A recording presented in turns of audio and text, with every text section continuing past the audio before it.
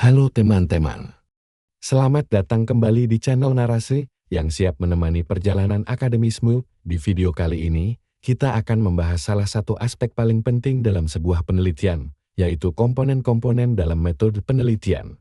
Metode penelitian adalah bagian krusial yang menentukan arah dan kualitas dari suatu riset ilmiah. Tanpa metode yang tepat, penelitian bisa kehilangan fokus, tidak valid, dan sulit untuk dipertanggungjawabkan secara akademik. Maka dari itu, penting banget buat kamu baik yang sedang menyusun skripsi, tesis, atau artikel ilmiah untuk memahami secara mendalam apa saja yang termasuk ke dalam komponen metode penelitian.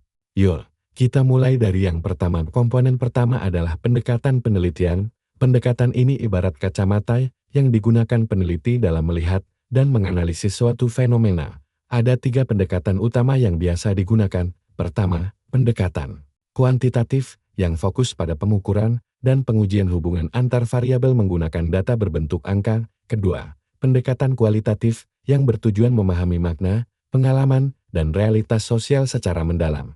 Ketiga, ada pendekatan campuran atau mixed methods, yaitu kombinasi dari pendekatan kuantitatif dan kualitatif, digunakan ketika satu pendekatan saja dirasa belum cukup menjawab kompleksitas masalah penelitian. Nah, dari pendekatan ini, kita masuk ke komponen selanjutnya, yaitu jenis dan desain penelitian. Jenis penelitian ditentukan berdasarkan tujuan yang ingin dicapai.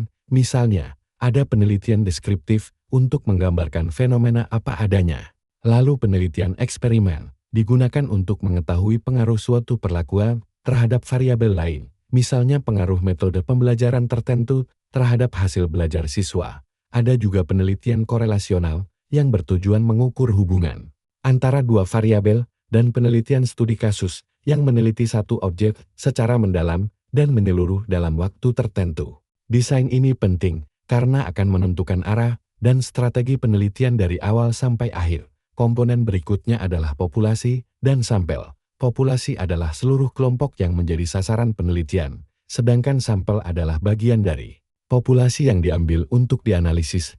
Nah, dalam menentukan sampel, kita bisa menggunakan berbagai teknik, seperti probability sampling, yang memungkinkan setiap anggota populasi memiliki peluang yang sama untuk dipilih, dan non-probability sampling, yang lebih subjektif, seperti purposive atau snowball sampling. Teknik ini harus dipilih dengan hati-hati, agar hasil penelitian bisa mewakili kenyataan yang sebenarnya. Lanjut ke teknik pengumpulan data.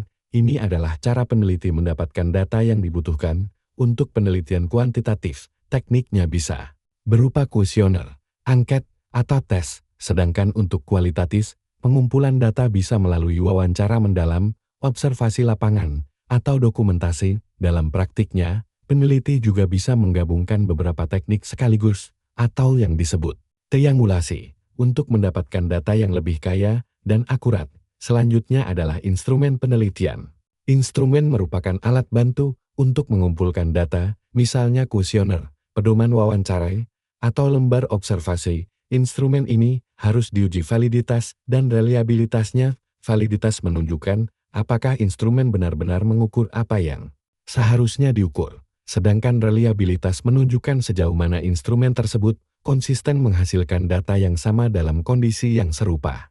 2 hal ini sangat penting agar data yang kamu kumpulkan tidak hanya banyak, tapi juga benar dan bisa dipercaya. Setelah data terkumpul, langkah selanjutnya adalah analisis data. Untuk penelitian kuantitatif, analisis dilakukan dengan statistik, baik deskriptif maupun inferensial seperti UGT, ANOVA, atau regresi. Sedangkan untuk kualitatif, analisis dilakukan secara tematik dan interpretatif, melalui proses reduksi data, kategorisasi, dan penarikan makna. Ingat, analisis data bukan hanya soal angka atau kutipan, tapi soal bagaimana data itu menjawab pertanyaan penelitianmu. Komponen selanjutnya yang tak kalah penting adalah prosedur penelitian, yaitu langkah-langkah sistematis dari awal sampai akhir, mulai dari merancang instrumen, uji coba, pengumpulan data, analisis, hingga penyusunan laporan. Prosedur ini harus dijelaskan dengan jelas dan rinci, agar penelitianmu bisa direplikasi atau diuji kembali oleh peneliti lain dalam penelitian,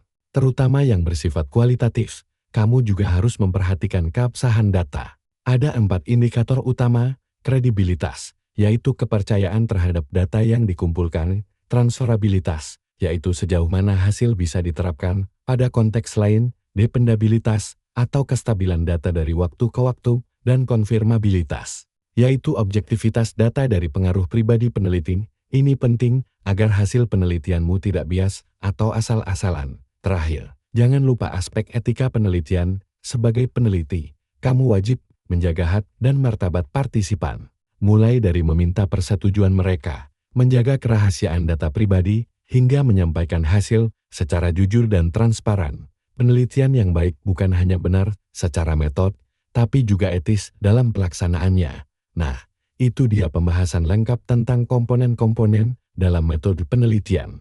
Semoga setelah mendengarkan penjelasan ini, kamu jadi lebih percaya diri dalam menyusun metode penelitian untuk skripsi, tesis, atau karya ilmiah lainnya. Kalau kamu merasa materi ini bermanfaat, jangan lupa klik tombol like, share ke teman-temanmu yang juga sedang berjuang dengan penelitiannya. Dan tentu saja, subscribe channel ini untuk konten-konten edukatif lainnya. Sampai jumpa di video berikutnya, dan tetap semangat meneliti serta menulis.